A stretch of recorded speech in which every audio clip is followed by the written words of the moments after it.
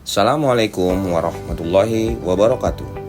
Kami, guru-guru SMPN 1 Sayur Matinggi, berkolaborasi dalam pembuatan media pembelajaran yang berbasis multimedia. Dalam hal ini, kami menggunakan media pembelajaran audiovisual tentang unsur-unsur teks berita yang diampuh oleh guru bidang studi Bahasa Indonesia kelas 8. Media pembelajaran ini dibuat menggunakan aplikasi Canva dan Wordword, aplikasi yang dapat kita temukan dan dapat kita gunakan melalui PC atau laptop dan juga smartphone kita. Oke, tanpa berlama-lama lagi, berikut tutorialnya. Langkah pertama yang akan kita lakukan adalah membuka aplikasi Canva yang ada pada PC atau laptop dan juga smartphone kita. Kemudian, kita memilih template yang tersedia yang ada di aplikasi tersebut.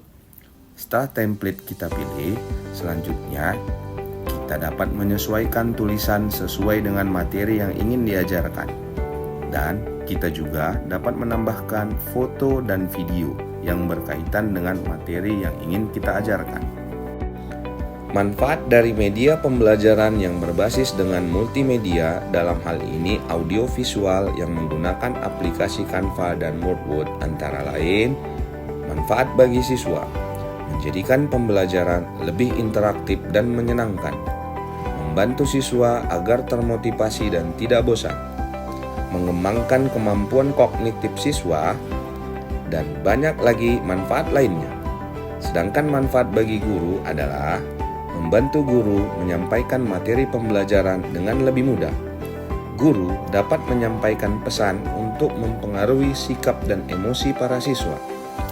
Sedangkan dampak dari media pembelajaran yang berbasis dengan multimedia antara lain meningkatkan minat belajar siswa, meningkatkan kemampuan berpikir siswa, mempertinggi kualitas proses belajar mengajar yang pada akhirnya dapat meningkatkan kualitas hasil belajar para siswa. Berikut ini adalah media pembelajaran audio visual yang kami selesaikan. Selamat menikmati.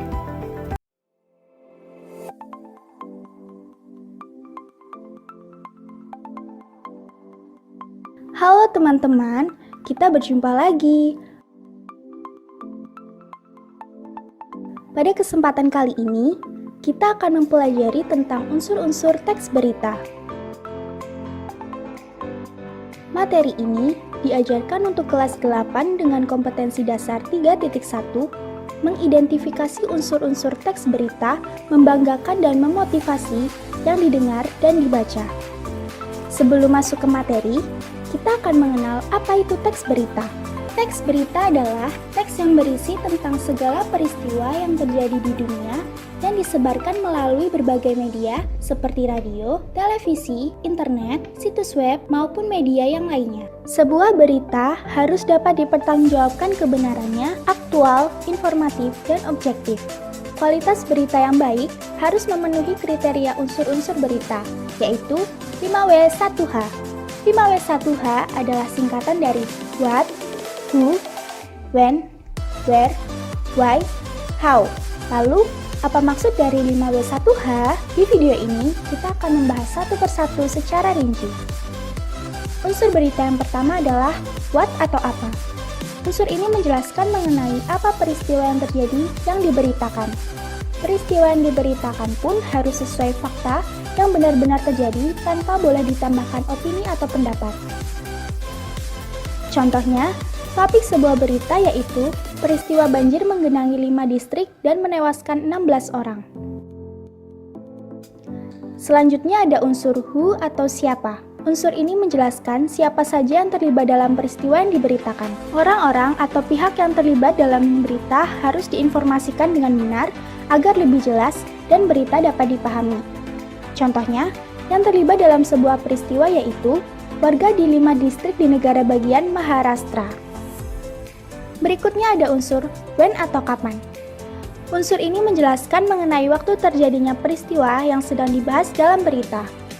Waktu terjadinya peristiwa harus dijelaskan secara jelas sehingga berita mudah dimengerti dan tidak menimbulkan kesalahpahaman. Contohnya, Waktu terjadinya peristiwa tersebut, Kamis 8 Agustus 2019. Unsur berita selanjutnya adalah where atau di mana. Unsur ini menjelaskan tempat terjadinya peristiwa di dalam berita tersebut. Hal ini penting agar pemirsa tahu lokasi terjadinya peristiwa dan tidak salah dalam memastikan informasi yang diberikan. Contohnya, tempat kejadian peristiwa tersebut adalah 5 distrik di negara bagian Maharashtra, India Barat. Selain itu, juga ada unsur why atau mengapa.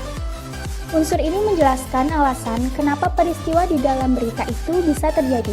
Selain itu, dibahas juga latar belakang dan alasan-alasan yang membuat peristiwa bisa terjadi, sehingga pemirsa bisa tahu informasi lebih detail.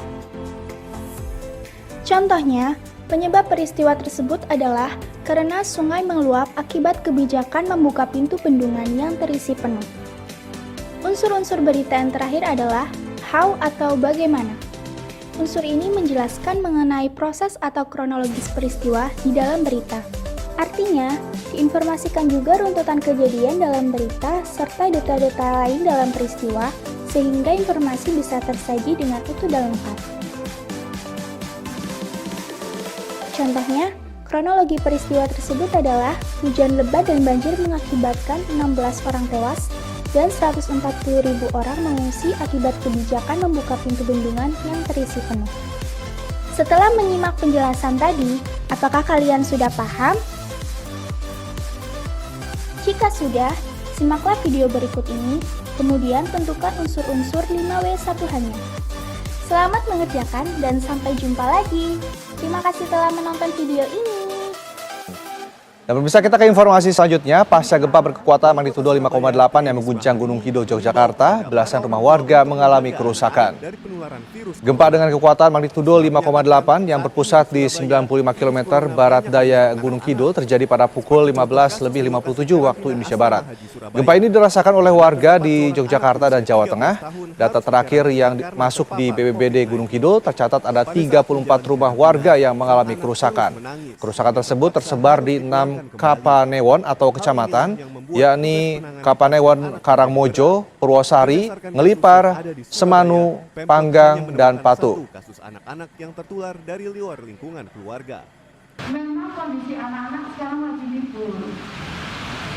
Nah, memang tugas para orang tua menjadi berat karena anak-anak ini sebetulnya diliburkan supaya mereka tidak banyak keluar rumah, gitu ya.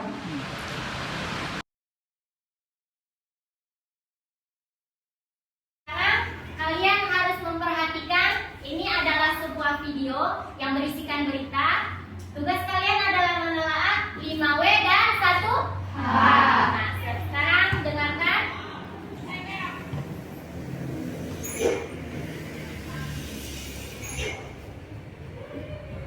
Dan bisa kita ke informasi selanjutnya. Pasca gempa berkekuatan magnitudo 5,8 yang mengguncang Gunung Kidul, Yogyakarta, belasan rumah warga mengalami kerusakan. Gempa dengan kekuatan magnitudo 5,8 yang berpusat di 95 km barat daya Gunung Kidul terjadi pada pukul 15.57 waktu Indonesia Barat. Gempa ini dirasakan oleh warga di Yogyakarta dan Jawa Tengah. Data terakhir yang masuk di BPBD Gunung Kidul tercatat ada 34 rumah warga yang mengalami kerusakan. Kerusakan tersebut tersebar di 6 Kapanewon atau kecamatan, yakni Kapanewon, Karangmojo, Purwosari, Ngelipar, Semanu, Panggang, dan Patu. Sekian video media pembelajaran yang berbasis multimedia kolaborasi antara guru-guru SMPN 1 Sayor Matinggi. Semoga bermanfaat.